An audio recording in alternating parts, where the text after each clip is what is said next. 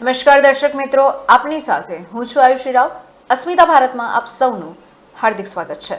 નજર કરીશું મહત્વના સમાચારો પર. સુરેન્દ્રનગર જિલ્લાના વઢવાણમાં મેલડી માતાજીના લાભાર્થે કારડિયા રાજપૂત સમાજના યુવકો એમના દ્વારા વઢવાણના રેલવે ગ્રાઉન્ડ ખાતે ક્રિકેટ ટુર્નામેન્ટ યોજાઈ હતી. આ ટુર્નામેન્ટમાં સુરેન્દ્રનગર જિલ્લા અને રાજ્ય સહિતની 64 ટીમોએ ભાગ લીધો હતો. આ ટુર્નામેન્ટ 15 રાત્રિ દરમિયાન રમાયેલી મેચોમાં દરરોજ 4 થી વધુ 10-10 ઓવરની મેચો યોજાઈ હતી.